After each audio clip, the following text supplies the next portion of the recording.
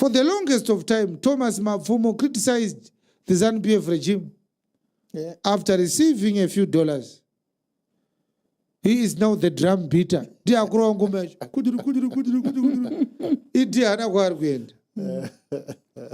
So you must understand why the ZANU-PF regime could hire such a person like Maponga to launch an attack at me, to discourage me and disorient me from the real issue at hand. We are the only voices left in our homeland that have refused to be sold, to be bought with money. You understand? Yes. And I want to say that there is need for us to recognize those who are still standing strong like Winky D. They hate him so much, they talk a lot about him. He doesn't respond. But they know that the young people of Zimbabwe listen to Winky D. And he doesn't sing in a manner that praises them like other musicians are doing. So he's a threat to them. Because people like Winky D, they talk and relate with the pain that the suffering people are going through.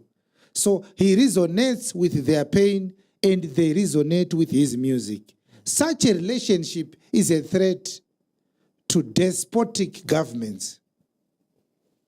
And we want to say to him, well done.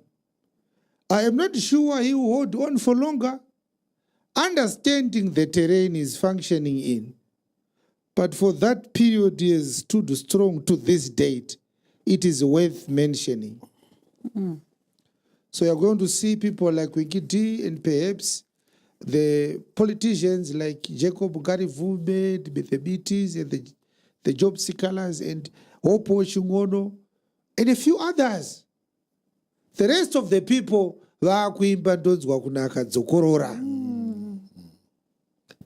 I want the people of Zimbabwe to remember today and never forget what I'm going to say. This thing that is happening now, it happened before 1972 when the decisive phase of the second Chiwenga took place. The Smith regime paid so many Zimbabwe African political leaders to defect to the regime and condemn the liberation struggle. They wanted the struggle to be unsuccessful because they didn't want to lose power to the black majority people. They were enjoying looting from Africa and its resources. So you hear about the selling out of so many people. I don't want to mention names, the Chiraus, the Muzorewas and so forth, even though the stories are convoluted, but they sow discord by rewarding sellouts to join the group of these mafia people so that you start to feel lonely on this other side. People are getting cars, people are getting millions, you know. I just want you to know that Maponga should know that unlike him, who is joining ZANU-PF to praise a regime that is indefensible when it comes to how it is running our government, to get money and cars. I worked on merit for this government and earned a salary. And when I left the government of Zimbabwe, I was not fired. I resigned. And when I left the government service, I was never convicted or arrested or accused of any criminality. I left with a clean record. This is why to this date, they could not arrest me on merit. Because I'm not a criminal. So, ior kujoina ZANU muna 2026 wotamba kongonya wotanga kupururudzira vakuru kutupuwe motikari motikari dzamuri kupiwa matambira kongonya vakuru idzi isi takadzidraivha on merit. We used government vehicles on merit. So why would I be bitter at someone who is praising politicians for a living? I never praised the politicians for a living. If Chivayo gives Makandiwa $1 million, why would I be bitter? Is that my money? No. Huh? I don't need donations from Chivayo. I've never received a donation from ZANU-PF. And yet I'm living a successful life. I don't need to go overseas to look for a job. I'm a business person. I can live anywhere I want. Why would such a person be jealous or bitter? I'm not bitter. I'm not bitter because of anything else.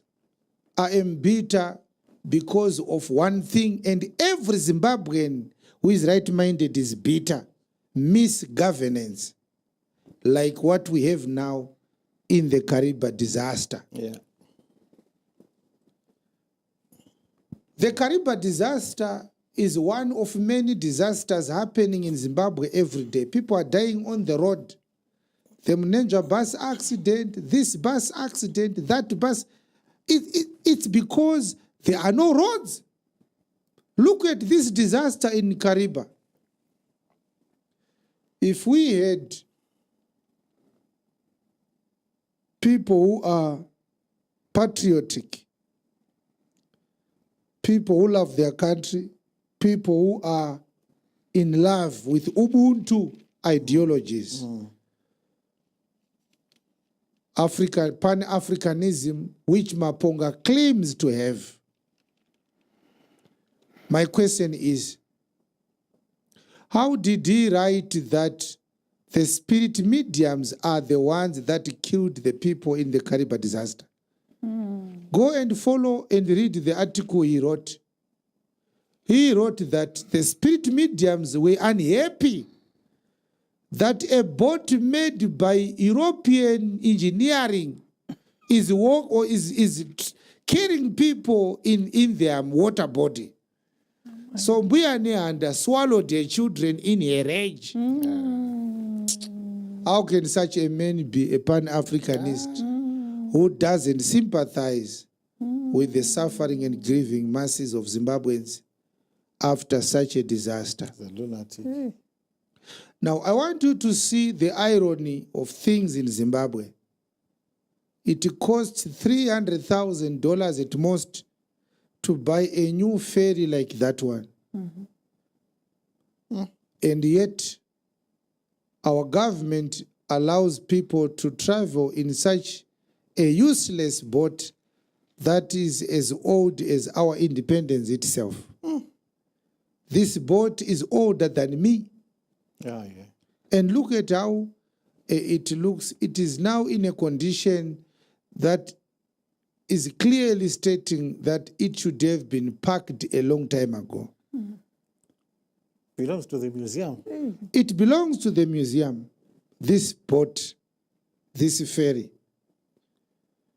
Our government does not have money to provide the proper transport system to the people who live on the other side of the Kariba Dam. But it is giving its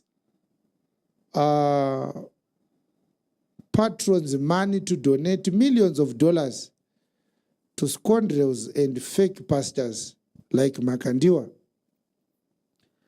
Look at the state of what is a national transport system. And look at the gifts that Makandiwa received not so long ago. Let us look at the picture. And I want you to see the value of what Makandiwa was given. $1 million in cash. A Rolls-Royce Cullinan that is almost $1 million in terms of its value if we factor in the import duties imposed upon such cars in Zimbabwe. Another Mercedes-Benz, almost $500,000 in price, that was given to his wife. This is what ZANU-PF is giving to those who control the mindset of the population. Christianity has given ZANU-PF a paradise because these pastors have people in their churches. They are required to drag our people with a sleeping tablet of political apathy and docility, accepting victimization as a gift from God, while at the same time they are oppressing and abusing our people. Now, I want to ask this question, and if you are a member of Mnangagwa's church,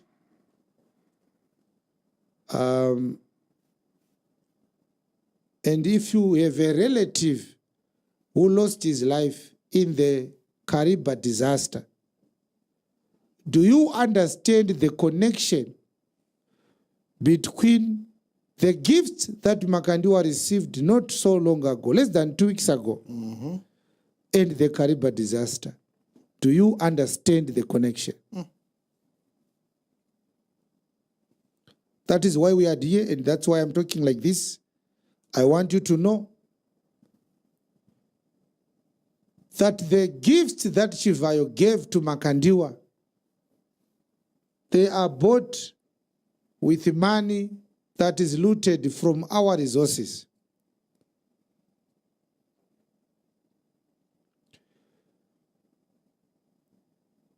Which means this money should have been used to buy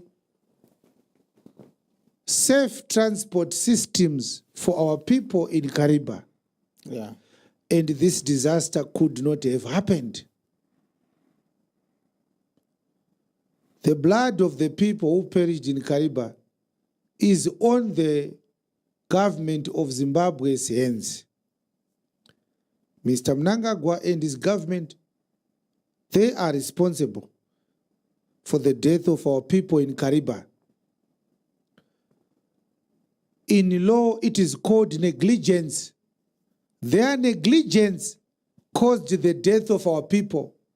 They neglected at least to make sure that that boat was safe to use, as old as it is. The people had no life jackets. Right now, they don't know the actual number of people who drowned, which means the whole system, the ferry system, is a negligent system. If this disaster had happened in Britain, in France, in America, right now heads would have rolled. Oh, yeah. Oh, yeah. The minister responsible for the DDF should have been suspended because of this. The director must have been arrested because of this. And a proper president should have actually visited this site to show solidarity with the grieving population because of this. We told you that our president hates the people that he is governing. He doesn't love Zimbabweans. He loves himself and his court jesters and his children and his wife.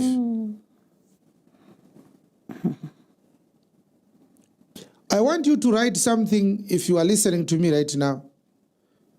If this disaster had happened in South Africa, what do you think President Ramaphosa could have done? If this disaster had happened in Germany, what do you think the Germany Vice Chancellor could have done? So if you are abused every day, people, do you know that you get used to abuse so much that you start expecting more abuse? So you become numb to pain. This is why Zimbabweans are no longer reacting to outrageous things happening upon them or to them or done upon them by the regime. You see people saying, may their souls rest in peace.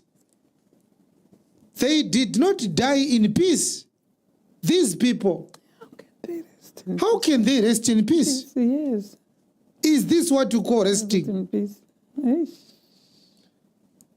And I want to ask, is this how this matter is resolved? Huh? They say the Kariba reader boat accident death toll is now 80, following the recovery of 8 more bodies on 16 August 2026. Yes.